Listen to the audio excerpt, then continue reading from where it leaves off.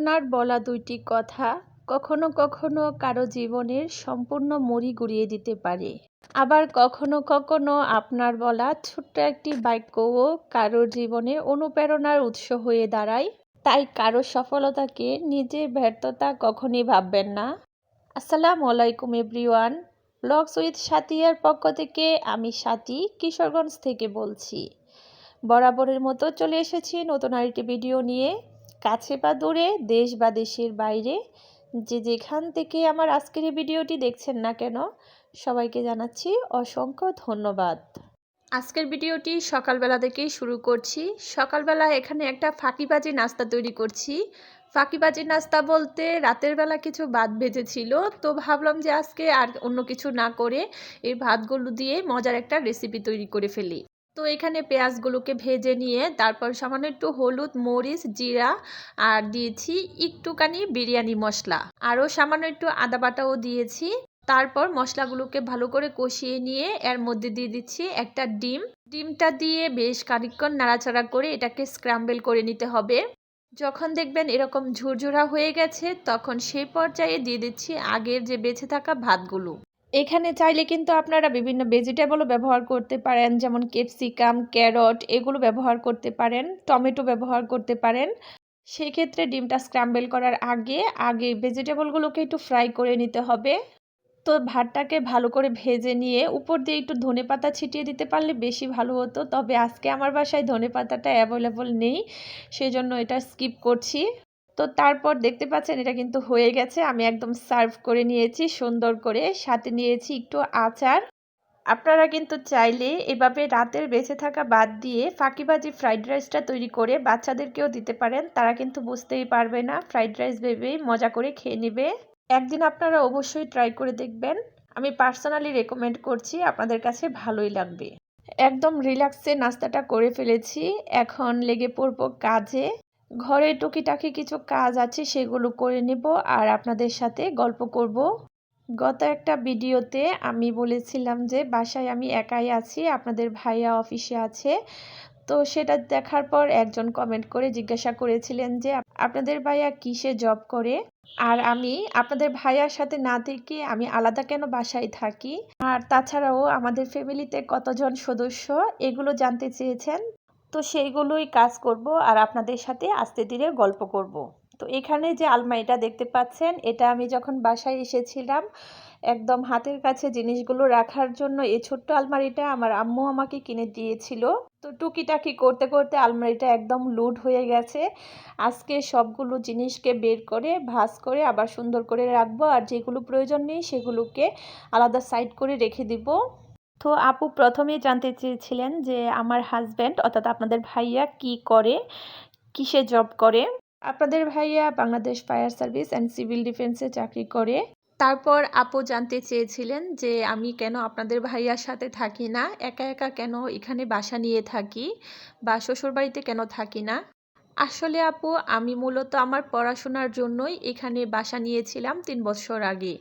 চাকরির প্রিপারেশনের জন্য বিভিন্ন ধরনের কোচিংয়ে ভর্তি হয়েছিলাম, তো সেগুলো করার জন্যই আমি মূলত এখানে এসেছিলাম।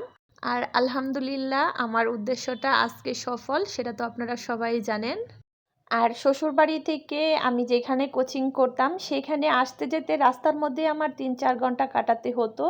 তো এভাবে জার্নি করে আসলে আমার পড়াশোনা কাজ কিছুই হচ্ছিল না। তো সেজন্যই মূলত এই বাসাটা নেওয়া। আগে কিন্তু আমি আমার শ্বশুরবাড়িতেই থাকতাম। আর তারপর আপু জানতে চেয়েছেন আমাদের পরিবারের সদস্য সংখ্যা। যদি এখন বলেন তাহলে আমার পরিবারের সদস্য সংখ্যা আমরা ২ জন টোনাটুনি। আর তাছাড়া আমার শ্বশুর শাশুড়ি এরা তো আছেই। সবাই আমাদের জন্য দোয়া করবেন। তো আপনাদের সাথে গল্প করতে করতে আলমারিটা কিন্তু একদমই গুছিয়ে নিয়েছি, আর শীতের কাপড়গুলো সামনেই রেখেছি। আসলে এটার মধ্যে এত গ্যাদারিং হতো না, যেহেতু শীত এসেছে, বাড়ি থেকে শীতের কাপড়গুলো এসেছে, তাই এখানে গ্যাদারিং হয়েছে। না হলে দেখা যায় যে বাড়ির কাপড়গুলো আমি আমার বাড়ির আলমারিতেই রেখে আসি। এখানে যেহেতু ছোট্ট আলমারি, সেজন্য বাড়িতেই রেখে আসি। আলমারিটা গুছিয়ে সরাসরি চলে গিয়েছিলাম রান্নাঘরে দুপুরে রান্নাবান্নার আয়োজন করতে। তারপর অফ ক্যামেরাতে কোটা বাছা করে নিয়েছি। আসলে ক্যামেরা অন করতে অনেক সময় মনেও থাকে না, আর ক্যামেরা অন করে কাজ করতেও কিন্তু অনেক সময় লাগে। তো সেই জন্য দেখা যায় অনেক সময় ক্যামেরা অন করতে মনেও থাকে না। আর আজকে একদম সিম্পল রান্নাবান্না করছি। আর আজকে যেটা রান্না করছি সেটা অনেকে আবার খায় না, তবে আমরা পছন্দ করি। আমি এবং আপনাদের ভাইয়া দুজনেই খুব পছন্দ করি। মুরগির যে ডানা থাকে, পাখা, তারপরে গলা, ঘিলা, পা, এগুলোকে আলু দিয়ে একদম ভুড়ি যেভাবে ভাজি করে সেভাবে ভাজি করে নেব। আর সেই সাথে চ্যাপা শুটকি রান্না করব।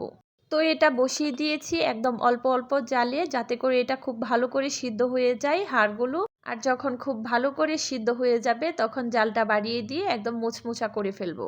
আর এই পাশে চাপা শুটকি রান্নার আয়োজনটা করে নিচ্ছি। তো এই পর্যায়ে বরাবরের মতো একটা ছোট্ট রিকোয়েস্ট করে নিচ্ছি। এই পর্যন্ত ভিডিওটি দেখার পর যদি কোথাও কোনো অংশ একটুও ভালো লেগে যায় তাহলে প্লিজ একটা লাইক করে সম্পূর্ণ ভিডিওটি কন্টিনিউ করবেন। আর শেষ পর্যন্ত ভিডিওটি দেখার পর যদি পরবর্তীতে আমার ভিডিও দেখার প্রতি কোনো প্রকার আগ্রহ সৃষ্টি হয়, অথবা আপনি যদি ফ্যামিলি ব্লগ দেখতে পছন্দ করেন, তাহলে আমার চ্যানেলটিকে সাবস্ক্রাইব করে বন্ধু হয়ে আমার পাশেই থেকে যেতে পারেন। আর যারা অনবরত এগুলো করে আমাকে সাপোর্ট করে যাচ্ছেন তাদেরকে জানাচ্ছি অসংখ্য ধন্যবাদ। আর যারা সাবস্ক্রাইব করেননি তাদের প্রতিও আশা রাখছি নিশ্চয়ই কোনো একদিন আমার কথা বা কাজ কোনো একটা ভালো লেগে গেলে ঠিকই সাবস্ক্রাইব করে বন্ধু হয়ে আমার পাশেই থেকে যাবেন। তো এখানে চ্যাপা শুটকি রান্না করার জন্য একটা মশলা তৈরি করে নিচ্ছি। প্রথমে রসুনকে ভালো করে হামানদিস্তায় থেতো করে নিয়েছি। তারপর একই সাথে দিয়ে দিচ্ছি এখানে চ্যাপাগুলোকে ভালো করে পরিষ্কার করে ধুয়ে নিয়ে তারপর এর মধ্যে দিয়ে ভালো করে থেতো করে নিচ্ছি। এগুলো থেতো করা হয়ে গেলে যে পাতিলের মধ্যে রান্না করব সেই পাতিলের মধ্যে এটাকে দিয়ে দিচ্ছি। আর দিয়ে দিচ্ছি এখানে হলুদের গুঁড়া, মরিচের গুঁড়া, আর দিয়ে দিচ্ছি স্বাদ মতো লবণ। তারপর সামান্য একটু পানি দিয়ে প্রথমে এটাকে আগে ভালো করে মিশিয়ে নিচ্ছি। মিশিয়ে নেওয়া হয়ে গেলে চুলায় দিয়ে এটাকে প্রথমে আগে বলক তুলে নিতে হবে। আর বলক তুলে নেওয়া হয়ে গেলে তারপর যে সবজিগুলো আছে সেগুলো দিয়ে দিতে হবে। তো এইখানে কিন্তু আমি আজকে চ্যাপা রান্নার সম্পূর্ণ প্রসেসটা আপনাদের সাথে শেয়ার করিনি।